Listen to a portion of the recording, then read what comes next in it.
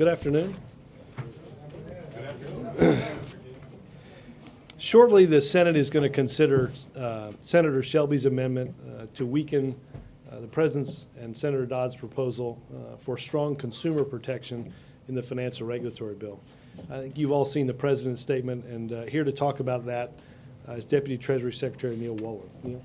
Thank you, Robert. Good afternoon, everyone. The financial crisis has demonstrated beyond any question that our current approach to consumer financial protection has failed. In the run-up to this crisis, millions of Americans were sold mortgages, other financial products that they couldn't understand and could not afford. Unfair and deceptive acts and practices in the consumer finance market have left Americans facing foreclosure and debts they cannot bear. It left responsible community banks to compete with non-banks and other non-bank institutions in an unlevel playing field, often irresponsible and often unregulated competitors. Through the market for mortgage-backed securities, bad practices in the consumer financial market put our entire system at risk. And why is that? Because the current system puts bank regulators in charge of protecting consumers. It didn't work, and there's no likelihood that it could work. There's no focus, no accountability. Today, 7 different regulators have some responsibility for consumer financial protection, but none is focused on consumer protection as their priority. And to the extent that there is any focus on consumer protection, the focus is overwhelmingly on banks, not on many, many other thousands of non-bank financial operations, payday lenders, check cashers, auto lenders, money transmitters, mortgage brokers, etc.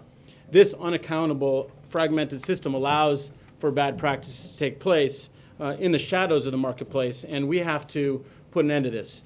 The President has been very clear about what real reform means in this area. It means independence, it means accountability, it means the ability to write rules across the consumer financial marketplace, and it makes ensuring that banks and non-banks alike are held to the same consistent standard.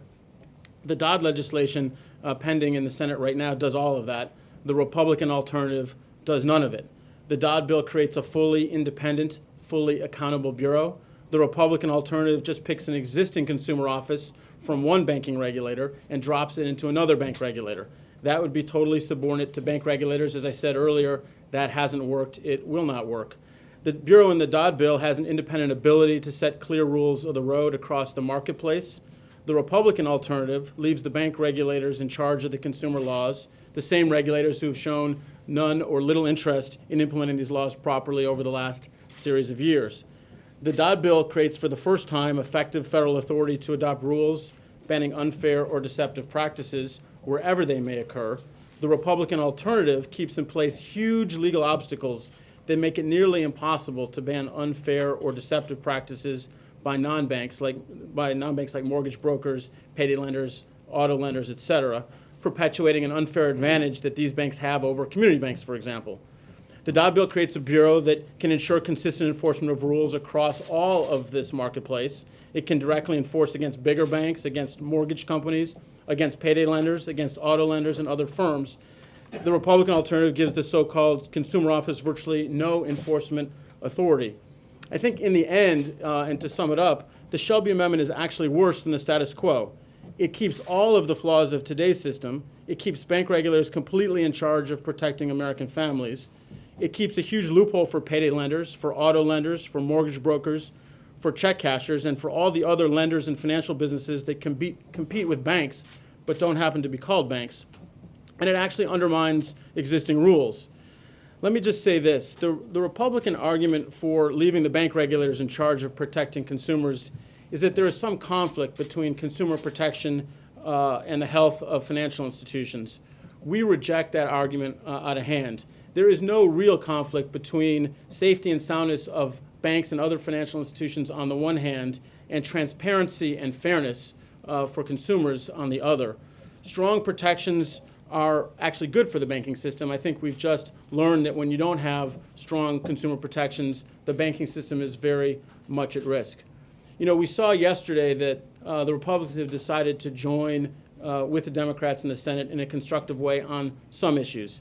But on consumer protection, which really is the issue that arguably sits at the heart of what everyday Americans care about and how they are dealt with by the financial system, the Republicans have continued to oppose serious efforts at reform.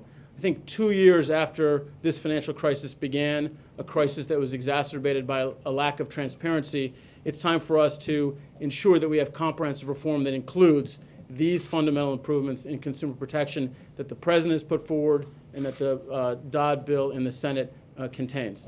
Thank you. John.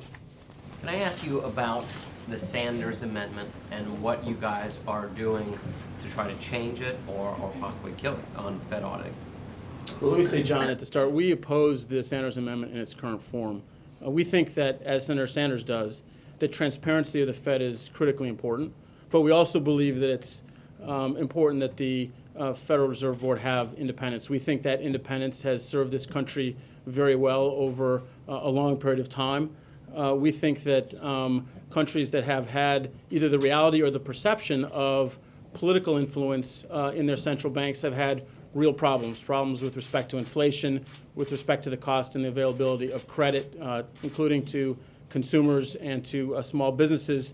It hasn't worked out well, where the question about whether the Congress or the executive branch of various countries have interfered with or had the perception of interfering with their central banks. So we will continue to work with Senator Sanders, Senator Dodd, and others to make sure that we have appropriate transparency of the Fed. We think that is important, but also that we make sure that we do not encroach on the independence of the central bank. Would the President veto this bill with the Sanders Amendment in it? As I said, John, we are continuing to work with Senator Sanders, Senator Dodd, and others to make sure we can accomplish these twin objectives. We think that we'll move forward in those discussions before we get to any discussion about vetoes. Juliana. Would the President veto the bill if the Shelby Amendment was in it? And also, is there any room for the President when it comes to the CFPA? Are there elements that he would accept, for example, it being housed in the FDIC as Shelby's? I think the President has expressed his support for the Dodd approach. It very closely mirrors his own. I think we don't expect that the Shelby Amendment will pass. We think that there are enough senators who, like the President, are committed to making sure that this incredibly important piece of reform is appropriately addressed. And so I think the question of veto is something that's premature. Or are there elements to it that if the CFPA, as Dodd has proposed, is amended, are there elements that Shelby has proposed that the President would accept? Well, we'll see what others put forward. As I just tried to outline, I think the elements of the Shelby approach, the Republican alternative in the Senate, are things that really gut the strength of this piece of this important legislation with respect to independence, with respect to accountability, effective rule writing, and then obviously the need for enforcement across this marketplace. Yes, sir. Mr. Woodward, you said something very interesting. You said we do not. Just one thing. You said we do not think the Shelby Amendment will pass, and yet all day today I've been getting emails like from Americans United for Change, all these grassroots democratic organizations, and you're out here today making a big deal about a Shelby Amendment that you don't think will pass. I'm wondering, why is that? Well, I think it's because of the centrality of the consumer provisions in this legislation.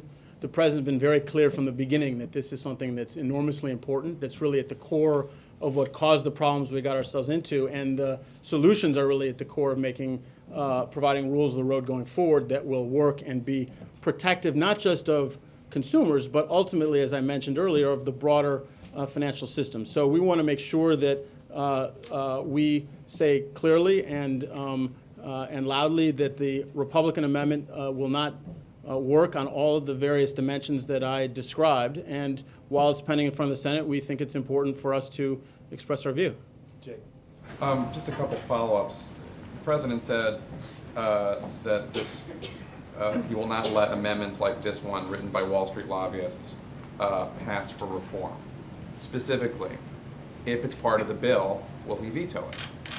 I think, Jake, the same answer I gave before. Give an answer. Well, is it a veto threat or not?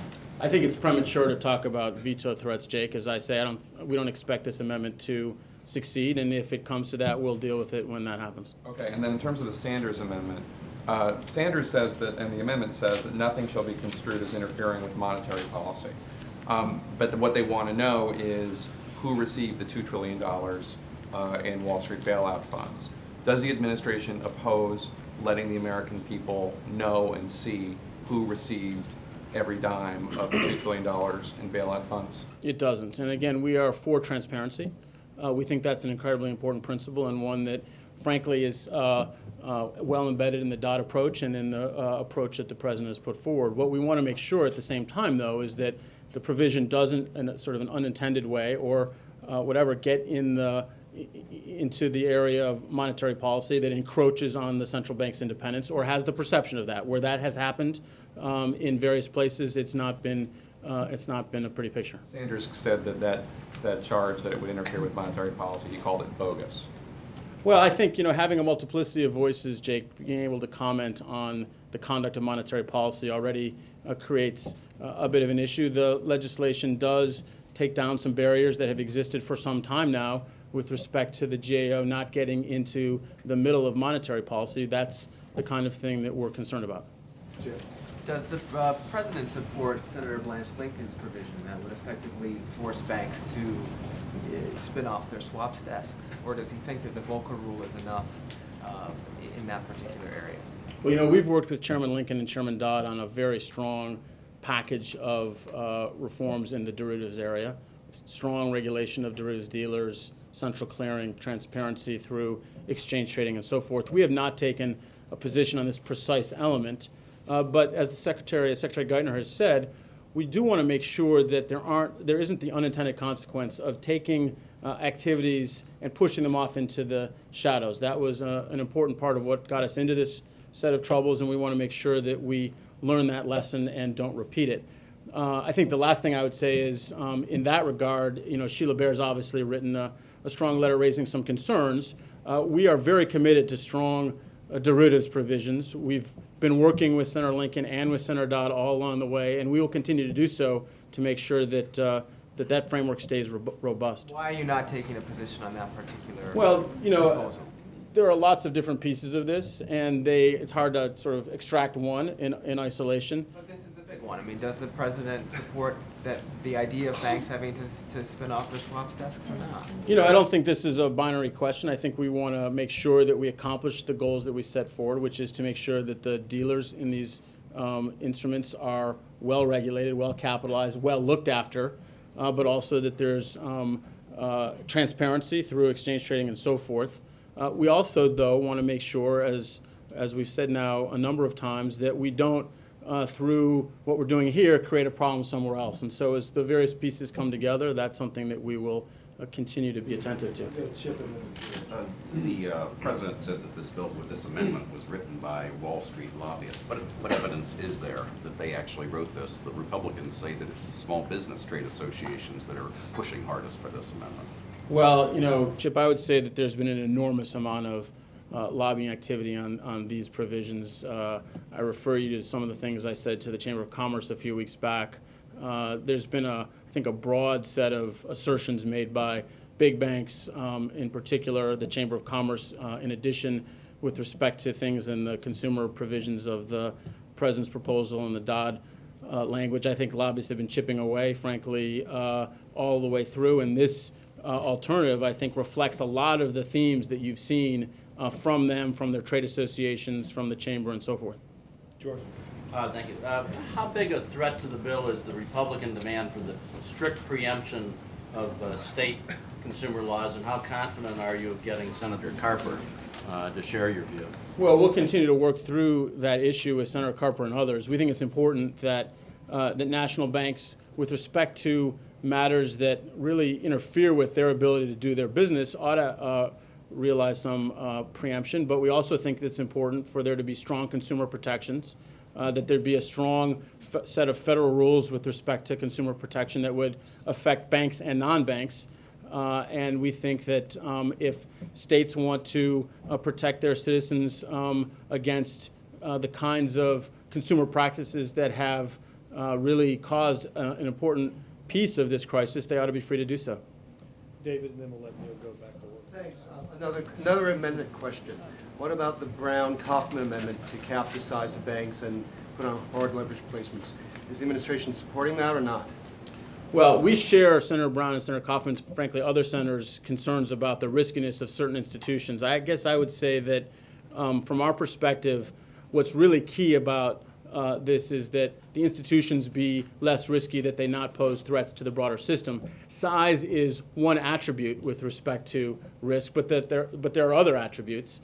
The Dodd bill as it stands has important provisions that limit the size of financial institutions, that give regulators the capacity to break them apart when they see things that create risk to the entire system, but also contain a number of other provisions with respect to capital and leverage and so forth that are all in the aggregate meant to make sure that no institution can pose an outsized risk to the broader financial system. And that, I think, is the approach that we have been working on, and we'll continue to work with them on this. You're not supporting that amendment per se?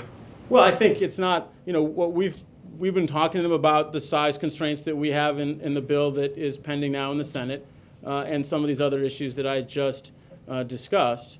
And we will continue along that vein. But I think from our perspective, just size, there were a number of institutions that weren't so big that caused an awful lot of damage to the financial system. So, Bear Stearns, the Financial Products Division of AIG, neither of them very big, long-term capital management. Size is not, I think, the single attribute that we feel should be focused on. Thank you. Overall, are you optimistic or pessimistic you'll get overall legislation? I'm optimistic, absolutely. I think there's a developing momentum, and I think we're going to continue to move forward as we have. Yesterday was a good day in terms of the resolution authority piece. I think we will continue to move forward as that momentum continues to develop. Neil, just before you go, could you just say what I know Fannie and Freddie aren't in this, but what are your plans for Fannie and Freddie? The Secretary has said a number of times now that this is an important issue, one that we will turn to and work our way through over the next year. He has outlined publicly in testimony on the Hill a series of principles that will guide our work in this area. I think that it's awfully important to make sure that the housing markets are stabilized, first and foremost, that we get financial reform as it's currently pending in the Senate next, and then obviously this is a very important, critical set of issues that we will turn to with focus and seriousness and work through over the period ahead. Question on money laundering. Yes, ma'am. A couple questions on the Times Square case. In the president's Afghanistan-Pakistan meeting earlier today, how much did Shahzad's possible contacts in Pakistan come up? Without getting into specifics, I will just simply say that John Brennan and others used the opportunity to discuss where we were with the president and those in the room. Has the Pakistani Taliban come up at all in the president's meetings today and in the past on Pakistan? And has the administration's information shown that this is a group that might be capable of an attack in the U.S.? I will just say that in the hour and 15 minutes the president spent in that room, it was a comprehensive discussion of all of our issues dealing with Afghanistan and Pakistan. The president heard from Ambassador Eikenberry and getting an update on governance. We spent more than probably about 20 or 25 minutes hearing from General McChrystal about the shaping that is going on right now as it relates to Kandahar. So just suffice to say it was a comprehensive meeting on a whole host of those issues. And then one of the big holes in this case right now is still the idea, was Shahzad a lone wolf in this, or was he connected to a foreign plot? And the last real statement we have from the administration was Secretary Napolitano over the weekend saying that we thought he was a one-off. Is that still the administration's position? I think the administration's position on the investigation is this is a rapidly developing, ongoing investigation, and if there are developments that need to be made public, they'll likely be done so through the Department of Justice. You moved away from the idea of him being a one-off? I'm not going to get into parsing where we are on, and the Department of Justice is on an active investigation. Yes, sir. Robert, is the administration pleased or satisfied with Pakistan's cooperation on this investigation so far? Yes. Second question, the president said to... Let me make sure, I want to, one of the things I think if you look back over the course of 15 or 16 months of our administration, we have dramatically increased our partnership with Pakistan. intense security cooperation, supporting Pakistan's largest offensive against terrorism within its borders in years, an offensive that is focused not just on Al-Qaeda, but on the Pakistani Taliban as well. Switching topics, the president said a couple weeks ago to business leaders that once financial regulation was passed, that the administration would be shifting to climate change. Then the Arizona law on immigration came up. Last night he spoke about immigration at the Cinco de Mayo party and said he wanted to begin work on immigration this year. Is the next big push after FinReg still going to be climate change? Well, look, I think there are a whole host of things that the administration will work on. I think we're going to continue to make progress on creating an environment for job creation, right? I think the House is likely to take up the home retrofitting, the Home Star legislation today, and we believe we'll pass that. So there are a whole host of those issues, the small business lending initiative also that has to be worked on. I don't doubt that the Senate will soon move to, as has been discussed, comprehensive energy legislation. I think what the president has said over the past several weeks on immigration is, as he said last night, we have to begin work on this. But as I said here yesterday, and as the president has said before, this is not going to pass without Republican support. This is not going to pass without the people that have been involved in this effort in the years past pledging and showing their support right now.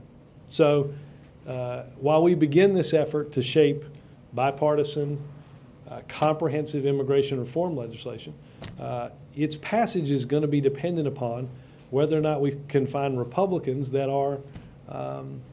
have shared this viewpoint in the past or are ready, willing, and able to work on this legislation in the present. But is it right to draw any connection between what you're saying and what the president said about immigration and... Well, I hope it's fairly analogous. And, no, And so in that sense, I would draw a largely direct connection. The end of my question is, and climate change.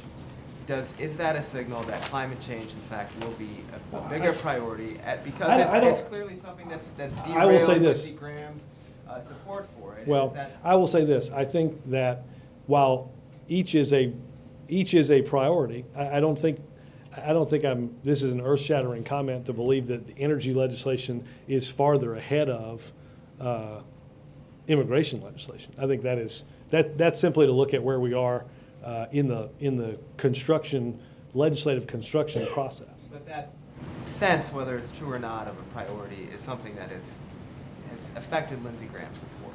So is that something that you're addressing right now? I would say this about Senator Graham's support.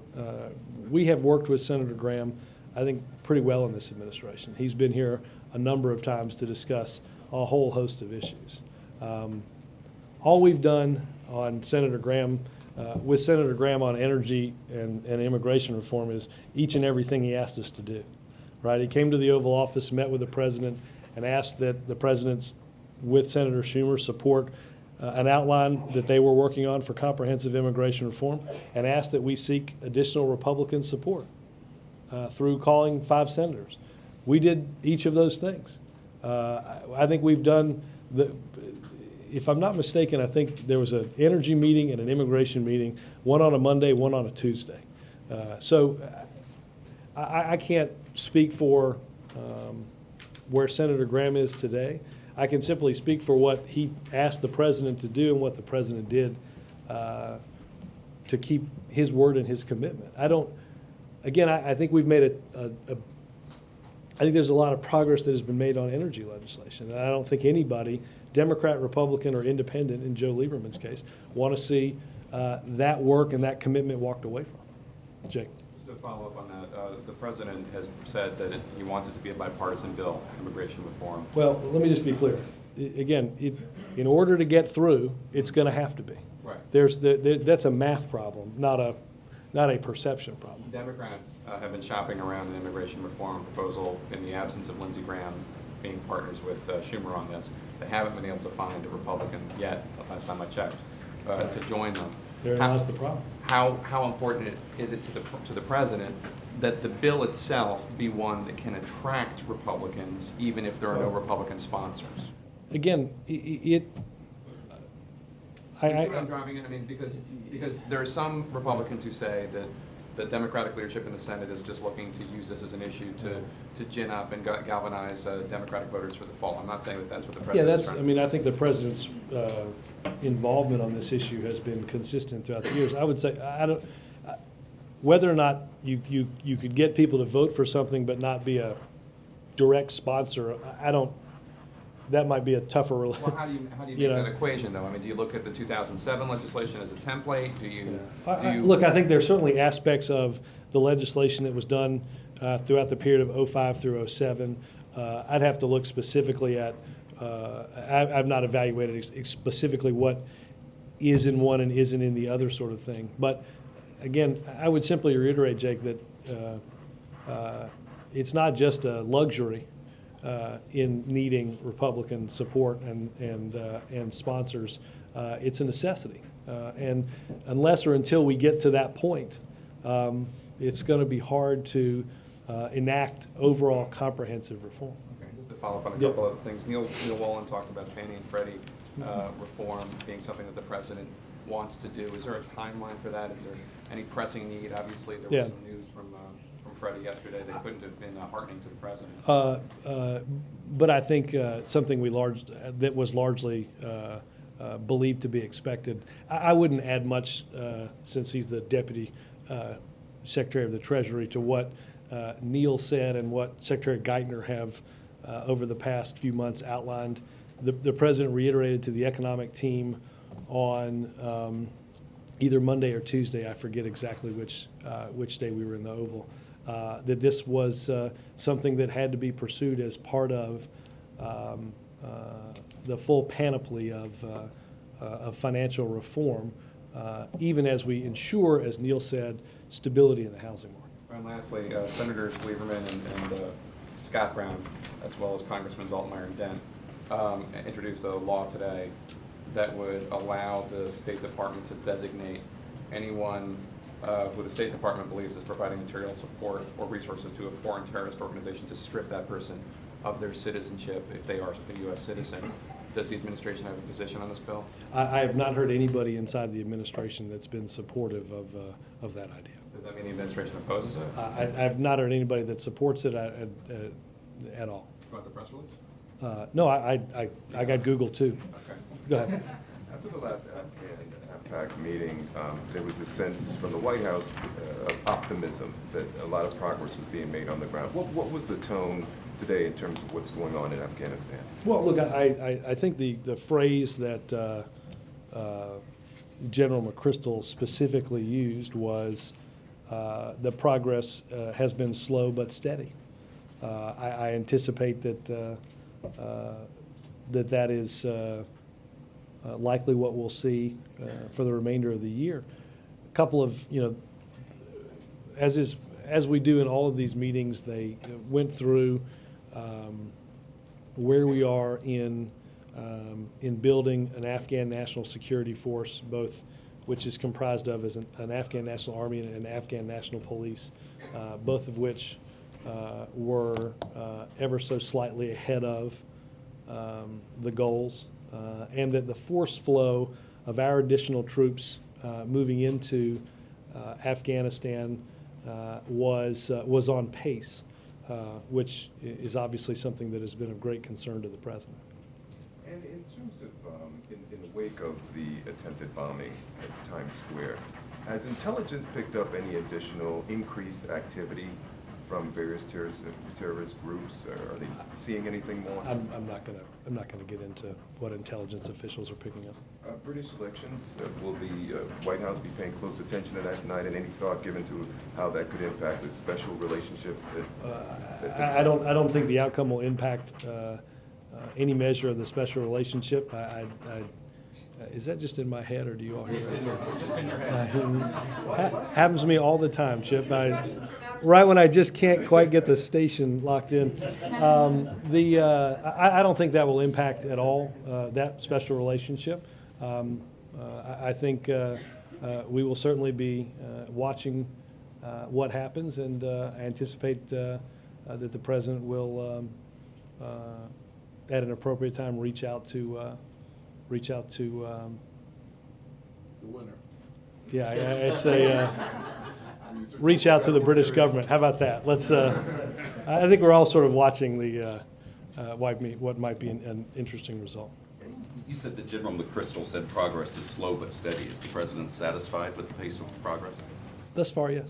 He did not express any frustration or impatience at how things are going? I think that the president was under no illusions that what we have been involved in for many, many years in Afghanistan is going to take some time.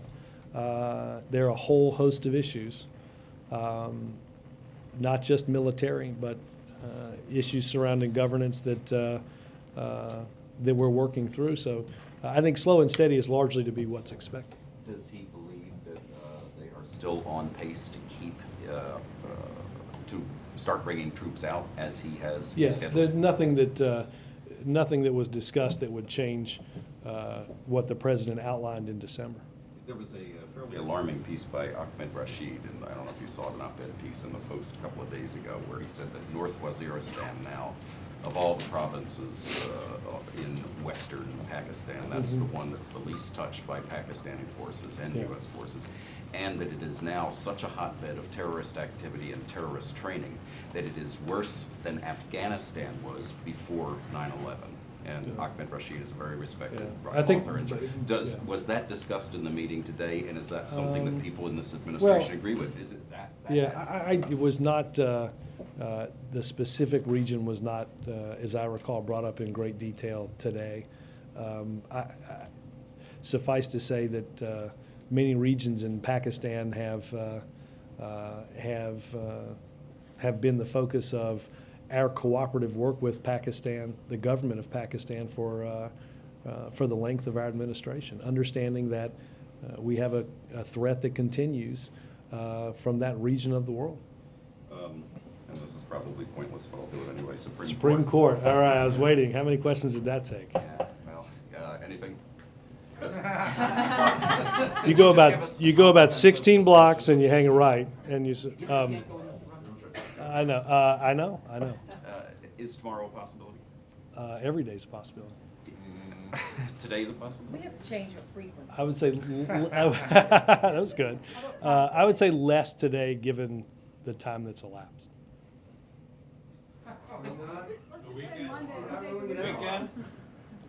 Every day is a possibility. I hear the static coming back, though. You won't rule out this week?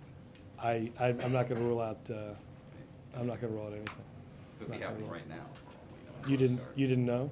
You didn't. That would be quite the diversion, wouldn't it? Vice President Biden's attendance mandatory at the announcement? No. Would the administration consider? It'd still be a big deal.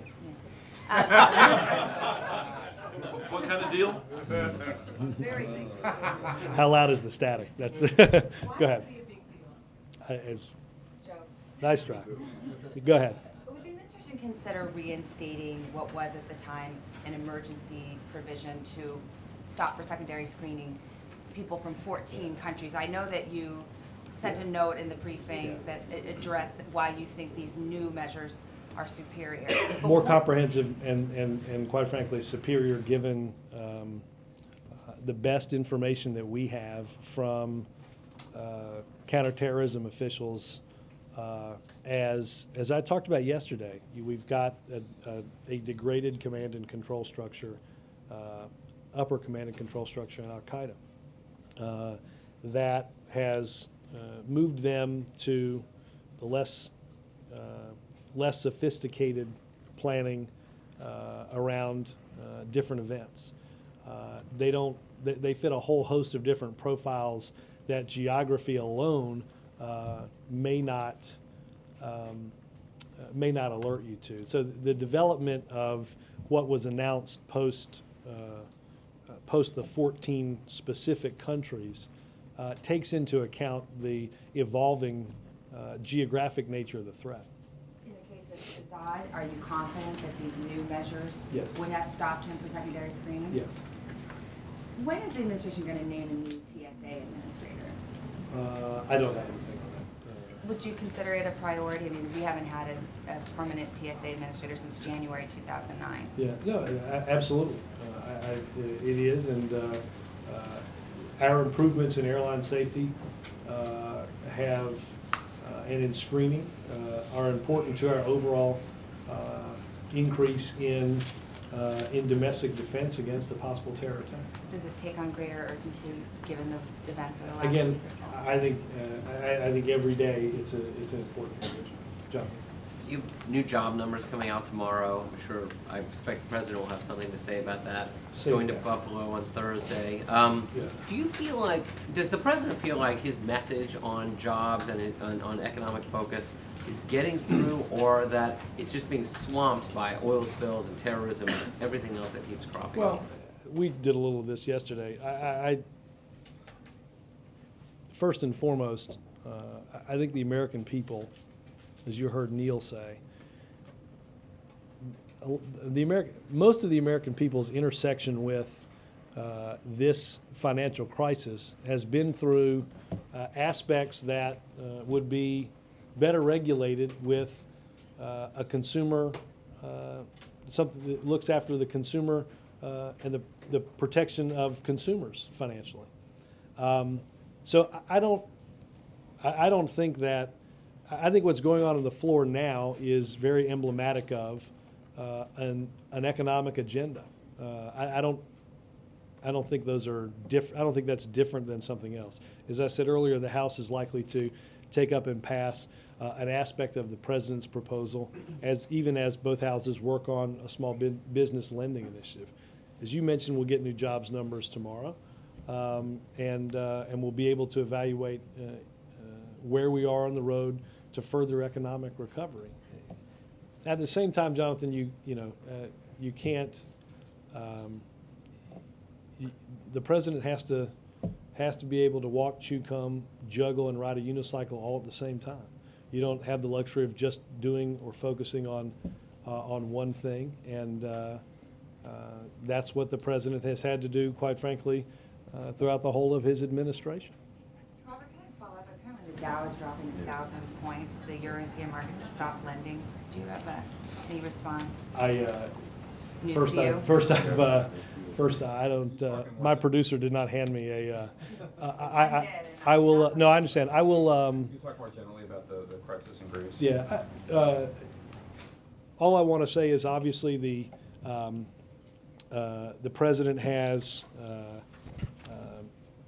heard regularly from his economic team, from Secretary Geithner, from Director Summers, been in frequent communication, as they have been, with European counterparts. The Treasury is monitoring the situation closely. The reforms that are needed to be enacted in Greece are important and will take some time. And we will continue to monitor that. I will see if there's anything specific as it relates to that when I get back. On that? Yes, sir. If I could, the leaders of the House Republican Conference have objected to U.S. participation in the IMF loan for Greece. I presume the president supports it. Tell me why he feels it's needed. Yeah, let me get something more specific on that for you, Wendell. I don't. I've not seen the House conferences. They sent a letter to Geithner, basically characterizing it as a taxpayer bailout of Greece, though the U.S. of course doesn't provide all the funds for the IMF loan. Let me find something else out for you guys on that. Robert, can Yes, you sir. now say that the president's interviews with candidates for the High Court are over? I've not been told that. No. You haven't? No. All right. On his remarks yesterday in the Rose Garden, does he object as strongly to the modified Arizona immigration laws he did to the original one? It sounded yesterday like he was talking about the original law, and changes, modifications have been made in it. I can check with those folks here in Justice, but I know of no change in our belief as originally stated about My that. understanding is under the modified law, police just can't go up to somebody they suspect of being an illegal immigrant, but they can only ask about it if they've stopped that individual for a legal purpose. I can check. Stoplight or something like that? I don't know whether, I don't know the degree to which that changes things, to be 100% honest with you, but I'll check. Okay. Julian. Is the president having separate briefings on the Greek debt crisis, or is it part of the daily economic briefing? Generally has been, I will double check on this, but generally the updates that he has gotten have been part of the economic daily briefing. Obviously, there have been a couple of calls, one on Sunday to the Greeks, and one, I believe it was the last week with Chancellor Merkel, that obviously involved some separate meetings.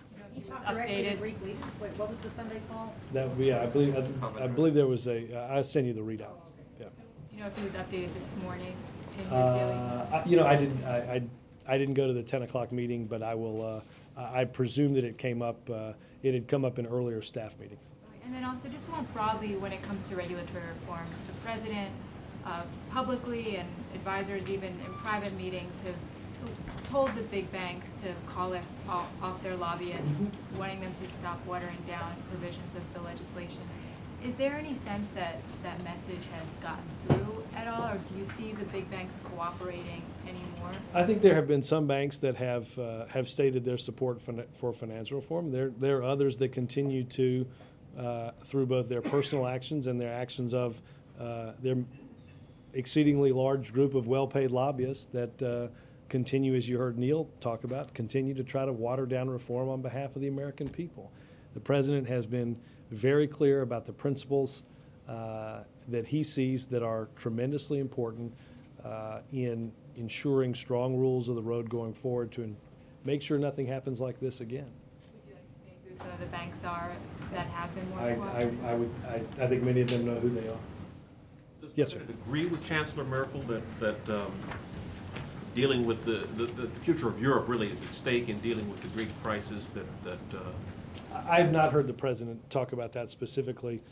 As I said here earlier, several weeks ago in the beginning of this, that this was an important thing for the Europeans to work through. Yes, sir. Just a little further on this. Vice President Biden spoke to the European Parliament this morning, but spent very little time on the economic crisis. Well, why has the White House seemed to be so reluctant to speak out more forcefully about what Europe should be doing about Greece and with Portugal and Spain and Ireland waiting in the wings? Again, I would point you to we've done everything that those in Europe have sought Secretary Geithner and others, including the president, to do on this. Just another subject. Today's AFPAC meeting. How much time was spent on President Karzai's visit next week, and who weighed in on that? We talked a little bit about that. Let's see. Look, a whole host of, as many as you would expect, Secretary of State Clinton, General Jones, General Lute, Ambassador Eikenberry. I'm trying to go through the room now. Ambassador Holbrooke. I would say those are some that talked about the President Karzai's upcoming visit. Robert, could you address the administration's view of the extent to which the United States is vulnerable to a debt contagion spinning out from the European Union?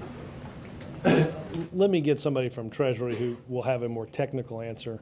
The viewpoint that I have heard in many of these meetings is that anything that we believe has the ability to affect the global economic recovery is and should be a concern to this country. That's why, as I said a minute ago, the president and officials here have done all that's been asked of them in responding. And on the AFPAC meeting as well, was there any discussion at all of Iraq and its ongoing efforts to put a government together that would allow the United States forces to draw down? Not specifically this morning in the meeting. let me get back and see if there's if there was an Iraq meeting over the past few days. Robert, briefly on the oil spill and the economic impact of it. I realize it's not going to be reflected in jobs numbers tomorrow, but is there a concern that in the subsequent months that you're going to have a quantifiable impact from the loss of business there? You know, Mark, the discussions that that I saw on Sunday, the briefing with Thad Allen, with the president, at that point, and again, caution that I understand it's Thursday and that was Sunday, was that they believed that they had a manageable plan for how to deal with the potential impact on shipping lanes. In particular, obviously, I think you all understand that the SBA administrator, I think today outlined, outlined a program for providing assistance to those that largely fishermen that, as a result of the spill and the closures that have been involved, that will greatly impact their business at an important time for their livelihood. I have not heard or seen a larger report on, as you said, what that may mean weeks and months down the road. In the last few seconds, while you've been talking, the Dow really dipped down below 9,000, below 10,000 for a second. Does the president, is there anything he can tell Americans to not worry that the overall economy isn't going to be shaken by the situation in Greece? Or again, let me give me the. Let me go find out. You guys have. I'm going to start bringing my computer. No. These little things just say the White House, and you click on them, and they go to a blank screen, and then it goes back to the White House. This is no. This isn't. This isn't. This doesn't do a thing. Do what? No. I'm not doubting it is. You just have to understand that while they appear to be television screens, they're largely unhelpful. I don't know. Let me go find out. Yes, ma'am. Two questions. One to follow up on Scott's question about AFPAC and Karzai coming. The last time the president met with him, he kind of read him the Riot Act. What's going to be the tone of this meeting, or is it any different than last time? Well, no. Look, I think that I would broadly define the role that each of these two individuals is going to play. Is we have a partnership with Afghanistan. The president has tripled our forces in that country to deal with Al-Qaeda and its extremist allies. President Karzai in his inaugural and then later at the London conference outlined a series of reforms that he believed and that we believe are necessary. We will laud him for the actions that he takes that are positive steps in implementing the reforms that he's outlined. And we will work with them to ensure they make progress on those that are harder to do. It doesn't sound like anything's changed in your estimation, since the last time they met. No, I don't. I think there have been very positive developments in the Elections Commission, particularly in the 1 or 2 days right after the visit that demonstrate that reform progress has and is being made. On immigration, you were saying before, and obviously it's true as a practical matter, this thing can't go forward without Republican support, which you don't have right now. But a lot of immigration activists are asking, why not treat this like financial reform? You guys went ahead. You went through 2 or 3, I think, cloture votes. I mean, in other words, it didn't stop you. When you didn't have Republican support for financial reform, you went ahead anyway. Why is an immigration reform similar? Well, because there's not enough support to move forward, Mara. There's just, go back and look at the votes in 2006 and 2007, and go look at who voted in what way, and go ask those guys and gals where they are on this bill. I don't think you'll have to make many calls to figure out that the people on the Republican side that supported this proposal 3 or 4 years ago, either if they're supporting it, it's muted support. When When immigration supporters say, why isn't this like financial reform? The answer is because you actually had like secret Republican support for financial reform, and you just had to go through the. No, I got to tell you, I don't understand. I don't really understand the analogy. Wait to get them on board before you brought it to the Well, floor. again, I think that in order to get something, I think it has been clear through 4 and 5 years of votes, Mara, that you're going to have a hefty number of Republicans, because we all know there are some that aren't going to support this on our side. But the truth of this is, there's not the support that there was in 2007 on the Republican side. That's a math. Well, maybe it's a political thing, but it's definitely a math thing. Carl? Robert, in his speech at the University of Michigan, the president talked about the need to tone down the rhetoric, something we've obviously heard him mention several times before. But how do you square that with his statement today on the Republican alternative, which, as Chip mentioned, accused Republicans of having lobbyists write their bill? I mean, that's pretty harsh rhetoric itself, isn't it? No, I'll send you the clip from the Republicans calling the lobbyists up to Capitol Hill in order to kill the financial reform bill. If that was something that was embarrassing, I think that might have been embarrassing on their part a long time ago. I don't think you'll have to do much to find hefty examples of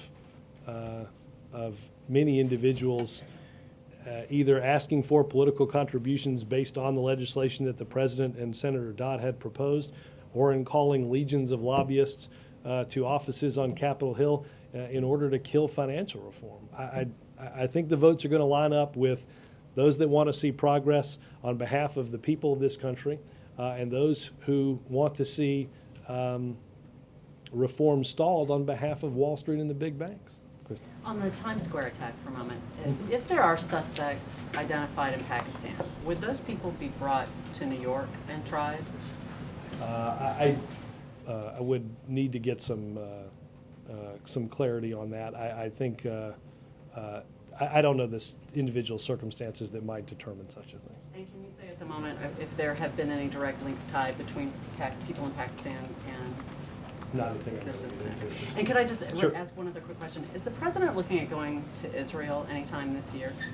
I don't have the foreign travel with me, but I can certainly check.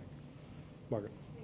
Back on the AFPAC meeting, is President Karzai's meeting definitely going to happen next week, or is this still remotely in doubt? And did any of the principals? No, it's happened. It's a visit scheduled for next week. Okay, were any of the?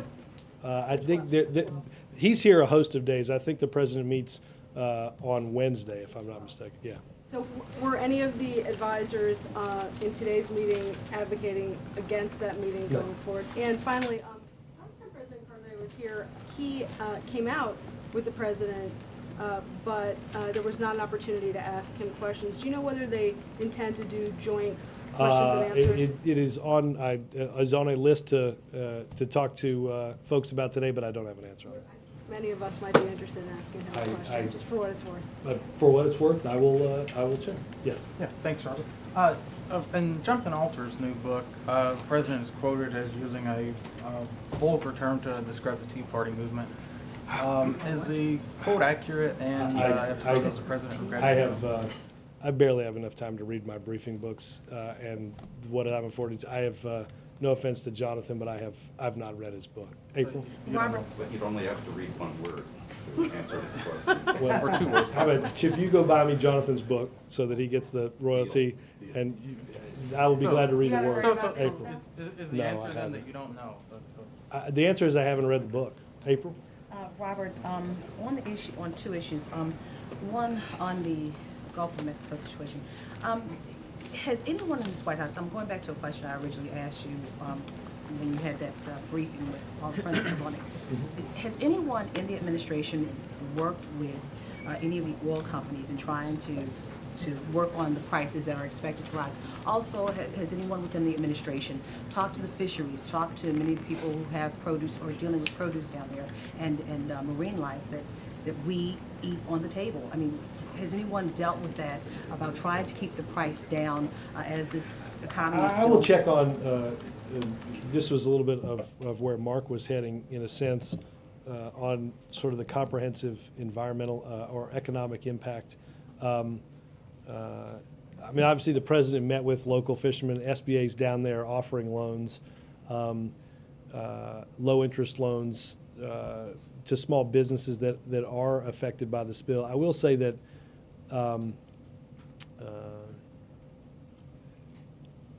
the way I understood it and the way it was described to me, this is an exploratory well. The BP Deepwater Horizon well was an exploratory rather than a production well. So the oil to be extracted from this was not planned on. That was not planned to go online immediately. So I would say that it's not as if a series or amount of oil is being taken out of the planned production of BP. Press conference, and you were the one who said this, that the president was advised that there would be oil that could possibly be in the way of shipping. It would stand in the way of shipping. I talked about that with Mark. The Sunday briefing that we got from Admiral Allen, which I think that you guys probably saw the video.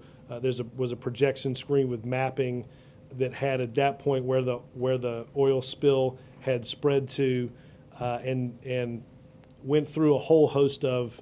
There's many shipping lanes in that area to get into the port of New Orleans and ultimately up the Mississippi. I will check again on the economics of shipping and seafood. On the issue of Haiti, everyone is dealing with emergent issues right now. We haven't heard this White House talk that much about Haiti. We understand recently that the President signed into law a debt forgiveness for Haiti. But is the President at all thinking still about going to Haiti? And is the President getting any kind of still a daily update on progress reports in Haiti, and also as the fact that military units are leaving Haiti? I don't know that the President gets a daily update on that. Obviously, the First Lady was there not too recently. We have, obviously, the footprint involved for the President of the United States to go, we believe would hinder have always believed that would hinder efforts at relief and recovery. So there are, not to my knowledge, any plans to do so. Tom? Thanks, Robert. I have two quick questions. But first, are you able to get an answer on Fred's question about the teabagger quote? If the president's aware that people are offended? And Again, I've not seen the book. I can't imagine I'm going to ask the president that, but I will entertain it. You could write offended if you regress the word. I will check. My first question is, there's been a lot of talk lately about the lack of presidential news conferences, notwithstanding the nuclear summit. Notwithstanding the last one? Right. Well, it's been suggested that rather than having formal news conferences, that the president would maybe pick a day at random during the month to come down here and brief us the way you do. What would you think about a plan like that? There are about 10,000 answers beaming through my head, none of which I think would be. I will. Again, I appreciate the notion that, except for the last time that the president did that, I think the president. I think the president's got a pretty remarkably busy schedule that he's working through right now. Do you one more? Yeah, one more. The Neil Cavuto thing. Notwithstanding, again, the fact that what Michael Brown said was only slightly less crazy than what you said he said. Yeah, I will say this. Can I say this to Neil? I apparently had the wrong Fox show. There were 2 references on Fox and Friends to the deliberate nature of the spill being said. Sometimes, yeah, sometimes I get it all mixed up. Thanks, Robert. Thanks, guys. Oh, Sam, I'll go with you, Warren. You've had your hand up for. It's a 10-part question. 2 questions. One is, you talked to Jake about that you hadn't heard anyone inside the administration supportive of Senator Lieberman's proposal to strip citizenship. Why aren't they supportive? Can you get into this a little bit? I don't think that I have not heard large enumerations on why, except that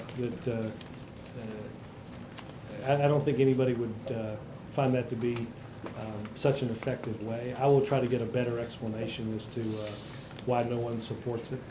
Like I said, I've noticed Democrats and Republicans alike express concern about the legislation. And then the second one is Chuck Schumer has an interesting proposal to the state of Arizona to put their immigration law on hold for a year so that a federal law can be enacted.